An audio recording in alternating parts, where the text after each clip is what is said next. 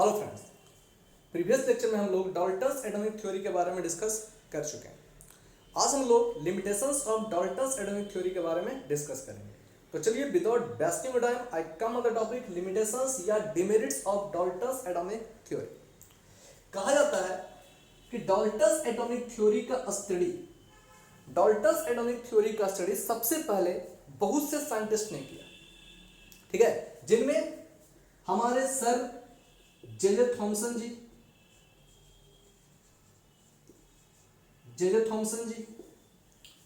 Rutherford जी, ठीक है, Niels Bohr और अदर साइंटिस्ट, ठीक है। यानी सबसे पहले डाल्टन्स एटॉमिक थ्योरी का study J Thomson, Rutherford, Niels Bohr और अदर साइंटिस्ट ने किया, ठीक है। और इसके बाद ही found a number of drawbacks in it, ठीक है। कहा जा रहा है यहां पर कि number of scientist studied the Dalton's atomic theory of matter. Dalton's atomic theory of matter का स्टडी किया and then he found a number of drawbacks in it. और उन्होंने बहुत से ड्रॉबैक्स को देखा। तो इन्होंने जिस ड्रॉबैक्स को देखा उसी ड्रॉबैक्स के बारे में हम यहां पर एक्सप्लेन करेंगे, ठीक है। लेकिन एक चीज और याद रखना है कि अगर किसी चीज के डिमेरिट को अगर याद रखना है, अगर कहा जा रहा है यहां पर कि limitations of Dalton's atomic theory को अगर याद रखना है, then we have to refresh the Dalton's atomic theory in our mind, ठीक है। यानी इसके डिमेरिट को अगर हमको याद रखना है तो इसके, है ना, इसके थ्योरी को क्या करना है, अपने माइंड में रिफ्रेश रखना है, ठीक है। तो इसका थ्योरी हम जानते हैं, इसके बारे में प्रीवियस लेक्चर में पढ़ चुके हैं, ठीक है। तो अब ये जानना है कि आखिर इसका डिमेरिट क्या है, इन्होंने कौन कौन से डिमेरिट को देखा था, ठीक है। उसी डिमेरिट को हम क्या करेंगे, यहां पर डिस्कस करेंगे, ठीक है। तो देखिए यहां पर इनके द्वारा सबसे पहला जो डिमेरिट देखा गया, क्या देखा गया, ध्यान दीजिए। कह रहा है Dalton's atomic theory explain the law of chemical combination, ठीक है। Dalton's atomic theory explain the law of chemical combination, law of chemical combination को एक्सप्लेन किया, ठीक है। बट ही वाज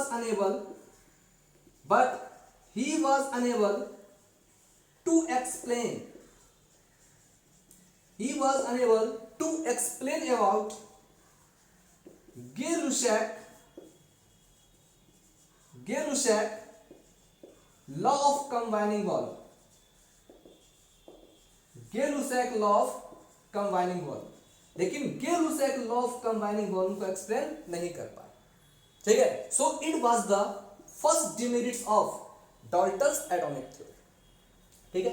इनका सेकेंड डिमेरिट क्या कहा जा रहा है, हम जानते हैं डाल्टन्स एटॉमिक थ्योरी से atoms of the same element are identical in every respect specially for mass, ठीक है। और atoms of the different element are not identical in every respect specially for mass, ठीक है। लेकिन उन्होंने, है ना, ये नहीं बताया कि आखिर जो है इसका रीजन क्या है, ठीक है। हाउ वी कैन से, हम कैसे कह सकते हैं कि atoms of the different element are not identical in every respect specially for mass, ठीक है। यानी इनका सेकंड डिमेरिट क्या है, he was also unable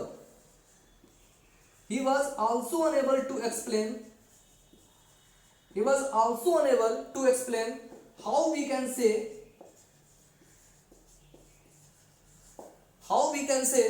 atoms of different element are not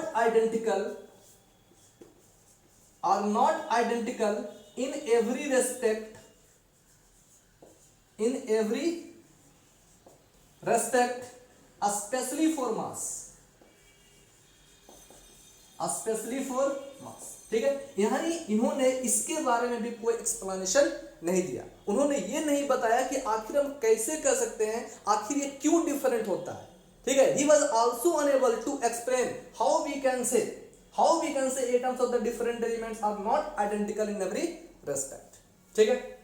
next इनका नेक्स्ट डिमेरिट जो था,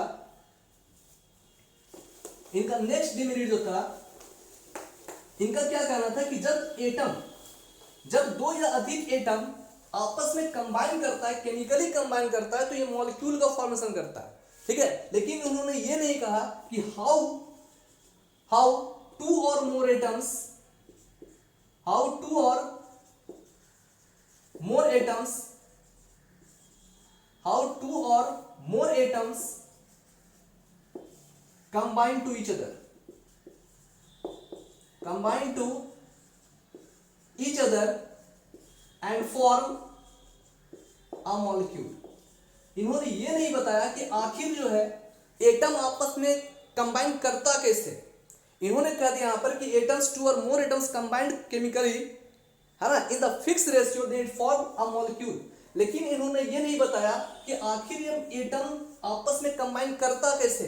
ठीक है, how this atoms are combined to each other and can form a molecule. ठीक है, और दूसरा रीजन ये इन्होंने कहा, है ना, दूसरा रीजन इन्होंने ये भी नहीं बताया कि आखिर एटम आपस में कंबाइन करता क्यों है. ठीक है, सबसे पहले तो इन्होंने ये नहीं बताया कि आखिर एटम कंबाइन करता कैसे है. ठीक है, और अगर मान ले कंबाइन करता भी है तो आखिर क्यों करता. ठीक है, he was also unable to explain about this, है ना, इसके बारे में उन्होंने कुछ एक्सप्लेन नहीं किया.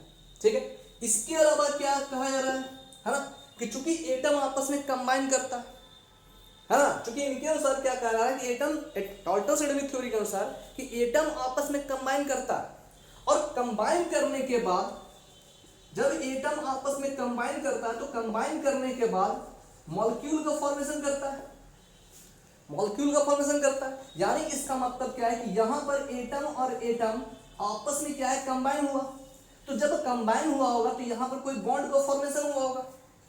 जब यहाँ पर कंबाइन हुआ होगा एटम, जब दो या एटम आपस में कंबाइन करता है, केमिकली कंबाइन करता है इन द फिक्स रेशियो, तो मॉलिक्यूल का फॉर्मेशन होता है according to Dalton's atomic theory.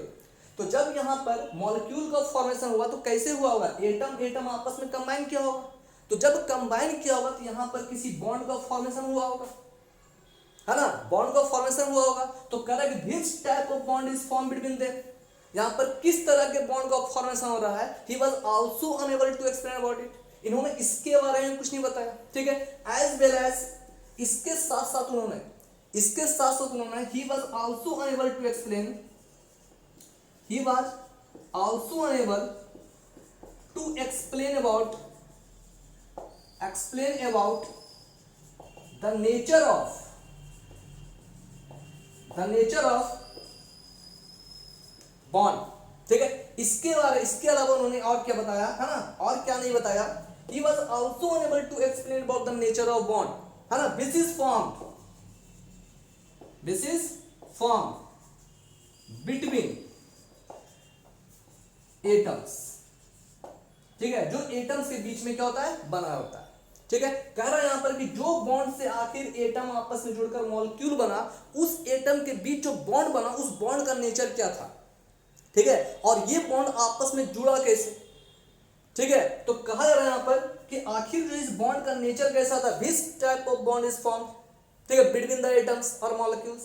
यानी एटम के बीच में कौन से बॉन्ड का फॉर्मेशन हुआ. ठीक है, and the nature of bond क्या था, he was also unable to explain about it. ठीक है, तो this are the demerits of Dalton's atomic theory. ठीक है, this are the demerits of Dalton's atomic theory. ये सब क्या है, डाल्टन्स एटॉमिक थ्योरी का नाम दिया गया.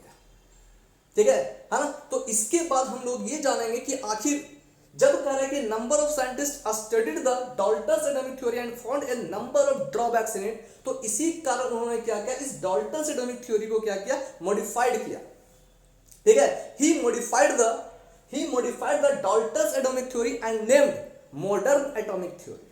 ठीक है, तो उन्होंने क्या किया, मॉडर्न एटॉमिक थ्योरी को एस्टेब्लिश किया. ठीक है, तो अब हम नेक्स्ट लेक्चर में क्या करेंगे, मॉडर्न एटॉमिक थ्योरी के बारे में डिस्कस करेंगे. ठीक है, तब तक के लिए इजी केमिस्ट्री के साथ जुड़े रहें. Thank you.